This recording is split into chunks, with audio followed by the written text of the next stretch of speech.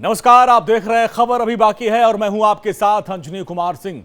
दिल्ली विधानसभा चुनाव के लिए आम आदमी पार्टी ने जनसंपर्क अभियान की शुरुआत कर दी और इसको लेकर आम आदमी पार्टी के संयोजक अरविंद केजरीवाल ने पदयात्रा की।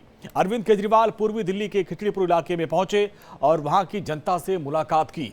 इस दौरान अरविंद केजरीवाल ने बीजेपी पर हमला किया और आने वाले दिल्ली विधानसभा चुनाव में एक बार फिर से आपकी सरकार बनने का दावा किया। भारत माता की, भारत माता की। दोस्तों, आज आपके बीच में आके बहुत अच्छा लग रहा है। पिछले 1-1.5 साल में इन लोगों ने बहुत तंग किया, करा कि नहीं करा माँ जी? बहुत तंग करा, आपको भी तंग करा, हमें भी तंग करा। अभी 1-2 महीने पहले हम दोनों जेल से छूट के आए हैं। हमारा कसूर क्या है? जब से 10 साल से हमारी सरकार है दिल्ली में, 10 साल से इन्होंने पूरी एड़ी चोटी का पसीना बहा लिया। जो काम मैंने दिल्ली में करे हैं वो काम 75 साल में भारत में कभी नहीं हुए। आपकी बिजली फ्री हो गई कि नहीं हो गई? किस किस का 0 बिजली का बिल आता है? बिजली फ्री कर दी, बिजली 24 घंटे आती है, स्कूल अच्छे हो गए, मोहल्ला क्लिनिक काम कर रहा है, महिलाओं को फ्री बस का सफर मिलता है, बुजुर्गों को तीर्थ यात्रा मिलती है। बहुत काम करे, आज तक कभी ऐसे काम नहीं हुए। तो ये जो बीजेपी वालों की सरकार है दूसरे राज्यों में, गुजरात में, हरियाणा में, वहां के लोग कहने लग गए भाई जब केजरीवाल ने बिजली फ्री कर दी तुम भी करो। तो इनके पास कोई जवाब नहीं था। तो इन्होंने ये प्लानिंग करी, ये षड्यंत्र करा कि दिल्ली के सारे काम रोको। तो पहले तो इन्होंने एलजी के जरिए काम रुकवाने की कोशिश करी। मैंने आपका एक भी काम नहीं रुकने दिया, सारे काम दिल्ली के चलते रहे। फिर इन्होंने मेरे को गिरफ्तार कर लिया, मनीष सिसोदिया को गिरफ्तार कर लिया। मैं 5 महीने जेल में था, अभी छूट के आया। मेरे को पता चला पीछे से आप लोगों को बहुत तंग किया इन्होंने। कभी कहीं सीवर की दिक्कत आ रही है, कहीं पीने के पानी की दिक्कत आ रही है, कहीं कूड़े की दिक्कत आ रही है कि नहीं है?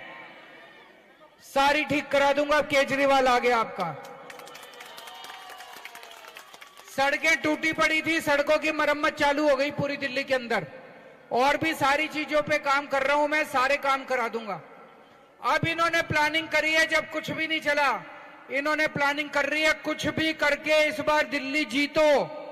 अगर आपने इनको वोट दे दिया तो सबसे पहले ही आपकी फ्री बिजली बंद करेंगे दिल्ली के अंदर। शेम शेम, गलत तो नहीं कह रहे जी? सबसे पहले आपकी फ्री बिजली बंद करेंगे। और याद करो, हमारे आने से पहले दिल्ली में 8-8, 10-10 घंटे के पावर कट लगते थे, बिजली जाया करती थी। अब नहीं जाती बिजली, 24 घंटे बिजली आती है, फ्री बिजली आती है। हमारी सरकार चली गई। इनकी जितनी उत्तर प्रदेश में फोन करके पूछ लेना अपने रिश्तेदारों से कितनी बिजली जाती है कि नहीं जाती? वही हाल, वही बुरा हाल आप लोगों का दिल्ली में कर देंगे जो इन्होंने अपने राज्यों में कर रखा है। हरियाणा के नए मुख्यमंत्री होंगे नायब सिंह सैनी। पंचकुला में भारतीय जनता पार्टी के दफ्तर में बीजेपी विधायक दल का नेता उन्हें चुन लिया गया। सर्वसम्मत से नायब सिंह सैनी को सीएम प्रोजेक्ट करके यह चुनाव लड़ा भी गया था। अब वो कल शपथ लेंगे।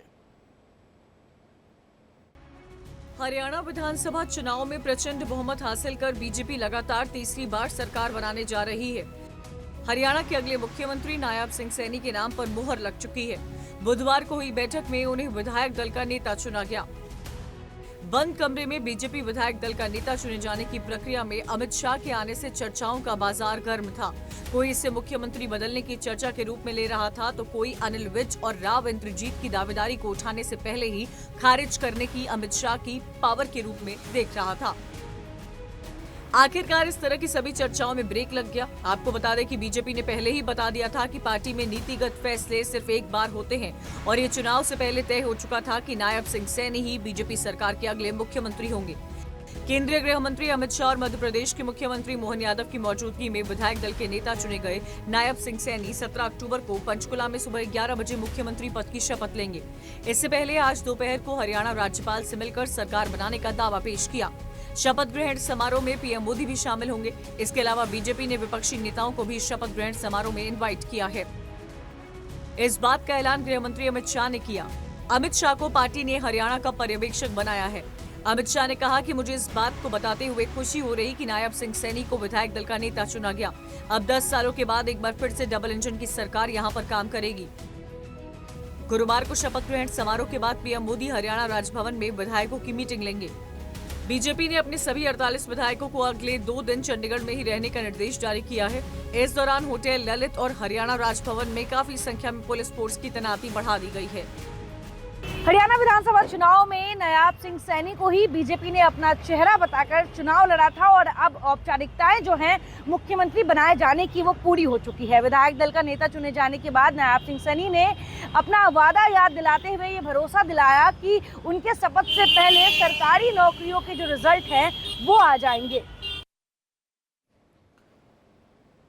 आगे बढ़ते हैं। उमर अब्दुल्ला केंद्र शासित जम्मू कश्मीर के पहले मुख्यमंत्री बन गए। हालांकि उमर अब्दुल्ला के लिए राह उतनी आसान नहीं होगी, क्योंकि धारा 370 हटने और केंद्र शासित राज्य बनने के बाद जम्मू कश्मीर का पावर गेम काफी चेंज हो गया है।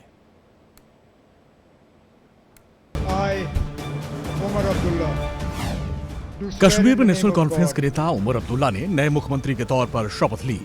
शेर कश्मीर इंटरनेशनल कन्वेंशन सेंटर में 11:30 बजे शपथ ग्रहण समारोह शुरू हुआ। To swear in the name of God that I will bear true faith and allegiance to the Constitution of India. मुख्यमंत्री उमर के अलावा 5 मंत्रियों ने भी उनके साथ शपथ ली। मुख्यमंत्री और उनके मंत्रियों को उपराज्यपाल मनोज सिन्हा ने पद और गोपनीयता की शपथ दिलाई।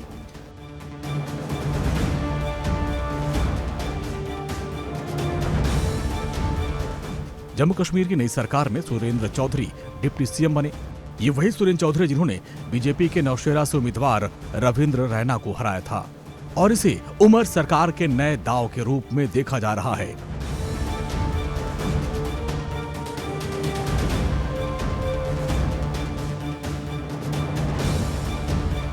शपथ समारोह में कांग्रेस नेता राहुल गांधी, प्रियंका गांधी वाड्रा, समाजवादी पार्टी के मुखिया अखिलेश यादव, सीपीआई नेता डी राजा समेत कई बड़े नेता शामिल हुए।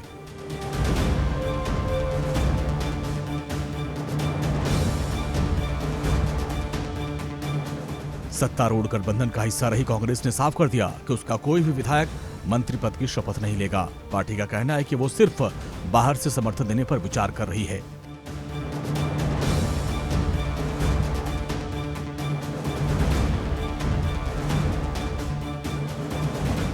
अब जम्मू कश्मीर की स्थिति काफी बदल चुकी है। माना जा रहा है कि जिस तरीके से दिल्ली में आम आदमी पार्टी की सरकार और उपराज्यपाल के बीच तनातनी होती रहती है, उसी तरह की तलखी और तनातनी खींचतान जम्मू कश्मीर में भी देखने को मिल सकती है।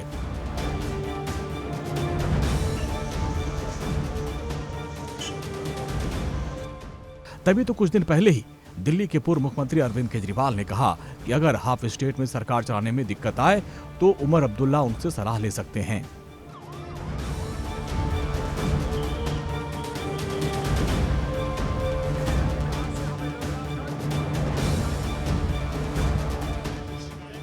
खैर, उमर अब्दुल्ला अब मुख्यमंत्री बन चुके हैं। अगर सब कुछ ठीक रहा तो उनकी सरकार को 5 साल का कार्यकाल पूरा करने में मुश्किल नहीं आएगी, लेकिन इन 5 सालों में सरकार के कामकाज में उपराज्यपाल का दखल जरूर रहेगा। उमर अब्दुल्ला पहले भी जम्मू कश्मीर के मुख्यमंत्री रह चुके हैं, लेकिन तब और अब में काफी फर्क है। तब जम्मू कश्मीर पूर्ण राज्य हुआ करता था, लेकिन अब एक केंद्र शासित प्रदेश। तब राज्य से जुड़े फैसले लेने की सारी शक्तियां विधानसभा या मुख्यमंत्री के पास हुआ करती थी, लेकिन अब काफी हद तक सारा कंट्रोल लेफ्टिनेंट गवर्नर के पास होगा। उधर बिहार की राजधानी पटना में एक घर में घुसकर बुजुर्ग दंपति का हत्या कर दिया गया। उसका शव मिला, इसका हड़कंप मच गया। पुलिस घटनास्थल पर पहुंची और वहां पर जांच पड़ताल शुरू कर दी। हत्यारे तक पहुंचने के लिए पुलिस पूरी कोशिश कर रही है। बिहार के पटना से दिल दहला देने वाला मामला सामने आया है, जहां अपार्टमेंट में घुसकर बुजुर्ग दंपत्ति की हत्या कर दी गई। पाटलिपुत्र थाना से महज 130 मीटर की दूरी पर अपराधियों ने वारदात को अंजाम देकर पुलिस को चुनौती दी। बिहार की राजधानी पटना में अपराधियों का मनोबल बढ़ता जा रहा है। बेखौफ अपराधी दिन दहाड़े तथा सरेआम घटना को अंजाम देकर निकल जाते हैं। पुलिस की सारी व्यवस्था इन शातिर के सामने बौनी साबित होती है। घटना पाटलिपुत्र थाना इलाके के नेहरू नगर रोड नंबर 2 पर मौजूद मकान नंबर 62 के पहले फ्लोर की है। घटना के बाद इलाके में हड़कंप मच गया। आसपास के लोगों की भीड़ जमा हो गई। मरने वालों की पहचान सीवान के नेतन थाना क्षेत्र पचलखी गांव निवासी एनके श्रीवास्तव और उनकी पत्नी सुजाता देवी के रूप में हुई है। एनके श्रीवास्तव बिस्कोमान से सेवानिवृत्त अधिकारी थे। सूचना मिलते ही पुलिस के आला अधिकारी मौके पर पहुंचकर जांच में जुट गए। मामला हत्या का था, लिहाजा फौरन फॉरेंसिक टीम को बुलाया गया। आज जो है 8:30 बजे के लगभग पाटलिपुत्र थाना को सूचना मिली कि यहाँ पर आपका एक फ्लैट में एक दंपति की जो है मृत्यु हुई है और उसके बाद जो है पाटलिपुत्र थाना जो है तुरंत घटनास्थल पर पहुंचा। बुजुर्ग महिला का शव किचन में मिला था, वहीं उनके पति का शव बेडरूम में मिला था। लूटपाट की घटना के कोई सबूत नहीं मिले हैं। जिन बुजुर्ग दंपति की हत्या हुई है, इनके 3 बेटे हैं। एक नीदरलैंड, एक दुबई और तीसरा दिल्ली में रहता है। पटना के पाटलिपुत्र के फ्लैट में ये दंपति अकेले रहा करते थे। इस फ्लैट के निचले तल पर इनका किराएदार रहता था। बताया जा रहा है कि पुलिस इस मामले की हर एंगल से जांच कर रही है। एफएसएल की टीम ने मौके पर पहुंच के तमाम साक्ष्य इकट्ठे कर लिए हैं। क्या हत्या की वजह लूट थी, कोई रंजिश या फिर कोई और कारण? फिलहाल जांच पुलिस हर एंगल से कर रही है। वीडियो जर्नलिस्ट निरंजन के साथ रजनीश सिन्हा, इंडिया डेली, पटना। उधर प्रयागराज में बीते दिनों दुर्गा पंडाल में एक 10 साल की मासूम बच्ची से रेप के बाद हत्या कर दी गई थी। अब आरोपी को पुलिस ने एनकाउंटर के बाद गिरफ्तार कर लिया। गंगानगर जोन हाईवे के पास हुई बदमाशों और पुलिस की मुठभेड़ में पकड़े गए इस आरोपी पर संगीन आरोप है। पुलिस अभियुक्त की तलाश में लगातार छापेमारी कर रही थी। पुलिस को मंगलवार की रात 10:30 बजे सूचना मिली कि जिस अपराधी की तलाश में है वो जूड़ापुर दादू में हाईवे के किनारे पर मौजूद है। पुलिस को भी इसी इनपुट की दरकार थी, जिसके बाद इस सूचना पर पुलिस की टीम ने उसे घेर लिया। इस मुठभेड़ में आरोपी मुकेश के पैर में गोली लगी, जिसे पुलिस ने घायल आरोपी को इलाज के लिए अस्पताल में भर्ती कराया।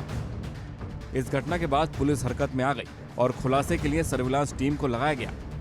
इस दौरान लगभग 150 सीसीटीवी कैमरों के फुटेज खंगाले गए और 65 से ज्यादा संदिग्धों से पूछताछ की गई। आखिरकार एक सीसीटीवी कैमरे में एक साइकिल सवार व्यक्ति लड़की को अपने साथ ले जाते देखा गया। साइकिल सवार की पहचान मुकेश के रूप में हुई है, जो सराय भोगी थाना सोरांव का रहने वाला है। पुलिस ने अभियुक्त को गिरफ्तार कर जेल भेज दिया है और अब उसके खिलाफ कठोर कार्रवाई की जाएगी।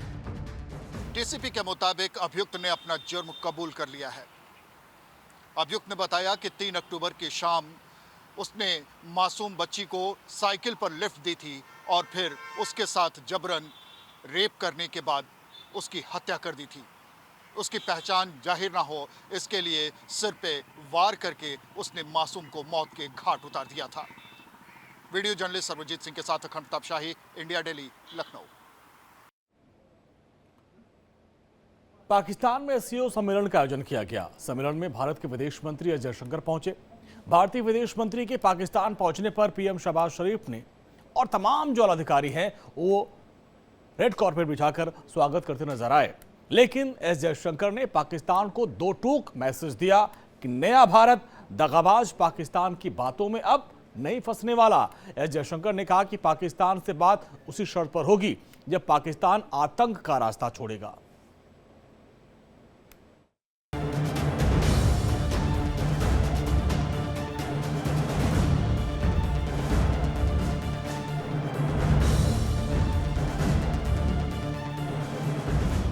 पाकिस्तान में एससीओ सम्मेलन का आयोजन किया गया।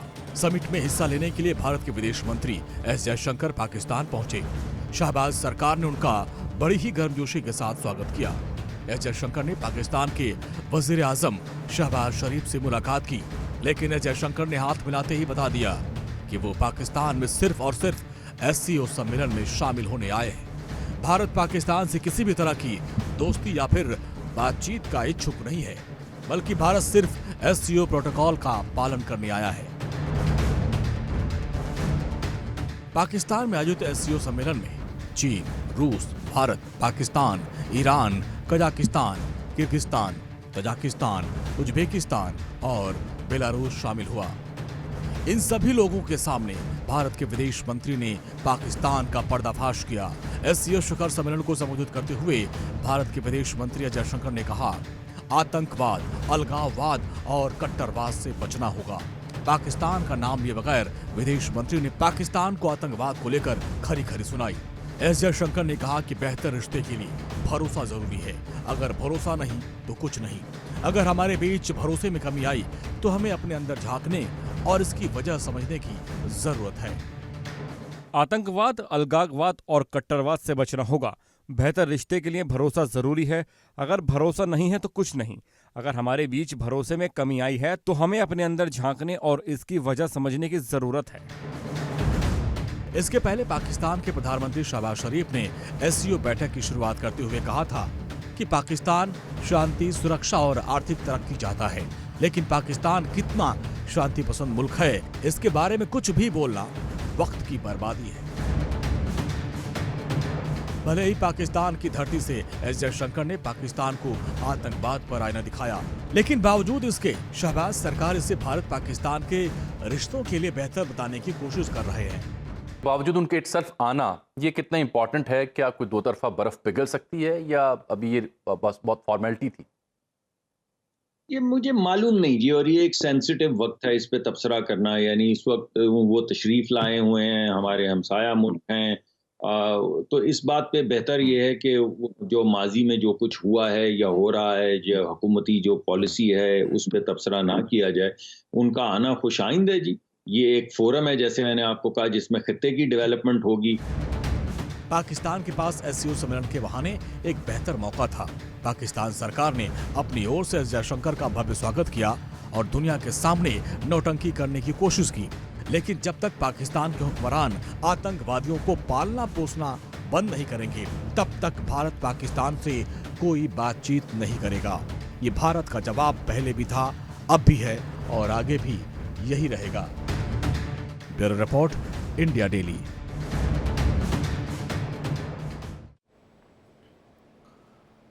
पंजाब सरकार ने शहरी नागरिकों और कॉलोनाइजरों को पेंडिंग पड़े काम के निपटारे के लिए एक विशेष कैंप का आयोजन किया।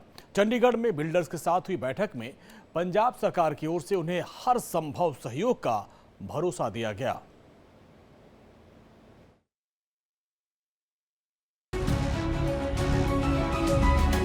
करप्शन को जड़ से उखाड़ फेंकने का संकल्प भगवंत सिंह मान के नेतृत्व वाली पंजाब सरकार ने ले लिया है। मुख्यमंत्री भगवंत सिंह मान के निर्देश पर चंडीगढ़ में कॉन्फेडरेशन ऑफ कॉलोनाइजर्स के साथ मंत्री हरदीप सिंह मुंडिया ने एक बैठक की, जिसमें बिल्डर्स को सरकार की तरफ से हर संभव सहयोग देने का भरोसा दिया गया। इतना ही नहीं, पंजाब सरकार ने एक भ्रष्टाचार निवारण ईमेल आईडी transparency.hud@gmail.com जारी किया है। रियल एस्टेट डेवलपर को बताया गया है कि अगर उनसे कोई किसी काम को लेकर रिश्वत मांगता है तो वो उसकी शिकायत इस ईमेल आईडी पर कर सकते हैं। मुख्यमंत्री भगवंत सिंह मान की इस पहल से जहां बिल्डर्स जोश में हैं, तो सरकार उन्हें हर सहयोग देने के लिए पूरी तरह से संजीदा है। सर्टिफिकेट लैन की प्रॉब्लम होती सी रेगुलर कॉलोनियां वास्ते, तो आज जो 51 सर्टिफिकेट दिते गए पारदर्शी नाल सरकार ने, साडे अफसर साहबाना ने, असीं सारे ने काम किया। तो अज जिहड़ी कॉलोनाइजरां दे चेहरे ते खुशी वाली झलक सी, रौनक सी कि पहली बार सानूं एक कैंप मिलिया। पहली बारी असीं एक ईमानदार सरकार बनाई सी ते अज पहली बारी ईमानदारी नाल सर्टिफिकेट मिलिया। सो बहुत लोकां 'च खुशी है। तो उन्हां नाल वादा किया गया, ना कोई साडा अफसर ना कोई सरकार दा बंदा तुहाडे कोल बिना पैसे ले तुहाडे काम करूगी। तुसीं रेगुलर कॉलोनियां कट्टो, सरकार तुहाडे नाल है। सरकार का यह भरोसा पंजाब में इंफ्रास्ट्रक्चर के लिए अच्छे दिन लाने वाला है। इस बैठक के अलावा पंजाब में मौजूद बिल्डर्स के पेंडिंग पड़े कामों के निपटारे के लिए एक कैंप का भी आयोजन किया गया है। साथ ही बिल्डर्स को एक विंडो भी दी गई है, जिससे वो सीधे पंजाब सरकार से संपर्क कर सकते हैं। सरकार से मिले इस विश्वास से मीटिंग में आए बिल्डर्स खासे खुश हैं और उम्मीदों से भरे नजर आए। मीटिंग आज बेसिकली था कि एक सारे बिल्डरों को एक प्लेटफॉर्म पे लाके एक सम्मानित करा गया है फॉर डिफरेंट चीज़ों के लिए। किसी को कंप्लीशन मिला है, किसी को लेआउट अप्रूवल मिला है, किसी को CLU मिला है। मेन प्लेटफॉर्म ये सेट किया गया है कि एक विंडो दी गई है मिनिस्टर साहब ने, उनका बहुत बहुत धन्यवाद इस चीज़ के लिए कि अगर किसी को कोई परेशानी है, कोई प्रॉब्लम है जो उनकी डिपार्टमेंट लेवल पे नहीं रिजॉल्व हो रही, तो वो उनको आके अप्रोच कर सकते हैं, डायरेक्टली अप्रोच कर सकते हैं। सर, आज जो मीटिंग हुई है ये पंजाब सरकार का अपनी तरह का पहला and first of its kind initiative है कि कैंपा ਦੇ ਰਾਹੀਂ ਅਪਰੂਵਲਸ ਗ੍ਰਾਂਟ ਕਰਨਾ ਤੇ एंड ਅਸੀਂ एक्सपेक्ट करते हैं कि फ्यूचर भी ऐसे कैंप लगते रहेंगे। और जहाँ तक विज़न ऑफ दी गवर्नमेंट की बात है तो इस पंजाब गवर्नमेंट का विज़न बहुत क्लियर है, corruption free government, zero tolerance on corruption and timely and speedy approvals in a structured manner. Punjab की नेतृत्व वाली भगवंत सिंह मान सरकार अपनी पारदर्शिता के लिए जानी जाती है। सिस्टम में करप्शन न हो, इसके लिए सरकार लगातार तत्पर है। रियल एस्टेट डेवलपर के साथ हुई इस बैठक में करीब 60 बिल्डर्स ने शिरकत की। ऐसा ही एक और कैंप नवंबर के आखिरी दिनों में भी लगाया जाएगा। पहले ऐसा था कि काम लटकते रहते थे, कि इस बार सरकार खुद बुला के हमें रिगार्ड भी कर रही है और डॉक्यूमेंट्स भी हमें अप्रूवल्स हमारी मिल रही हैं। हमें कैंप में ऐसे है कि मतलब मैंने CLU और अपने साइट प्लान के लिए गलाडा में एप्लीकेशन दी थी, जो आज मंत्री साहब ने खुद मतलब उसकी सारी रिलेटेड NOC सारी मुझे इशू कर दी और मेरा मतलब आज NOCs का काम सारा कंप्लीट हो गया। प्रदेश में अवैध कॉलोनियों के खिलाफ पहले से ही सरकार का एक्शन जारी है। 18 से लेकर 29 अक्टूबर तक ये एक्शन और तेज होगा। पंजाब की नेतृत्व वाली भगवंत सिंह मान सरकार हर वर्ग के लिए काम कर रही है।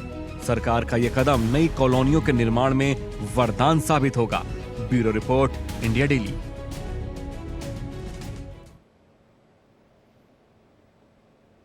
यूपी के महोबा से एक हैरान करने वाला मामला सामने आया, जहां पर चरखारी सीट से विधायक ब्रजभूषण राजपूत से पेट्रोल पंप के कर्मचारी ने गजब की डिमांड कर दी। क्या है डिमांड, आइए आपको दिखाते हैं। आपने हमने तो क्या चुना शादी के लिए? वोट दिया, वोट दिया आपने हमें। अब हमारी आपको बता दें। हाँ, हमारे पास वो टी-शर्ट भी है। हाँ, टी-शर्ट भी है। ड्यूटी में दिया था आपने? ड्यूटी में दी थी। तो शादी भी करवाए हम, और किसी से नहीं कहा शादी के लिए? किससे कहा? सामने वाले से। सामने वाले मतलब के गुदाजी गोस्वामी जी से कहा था।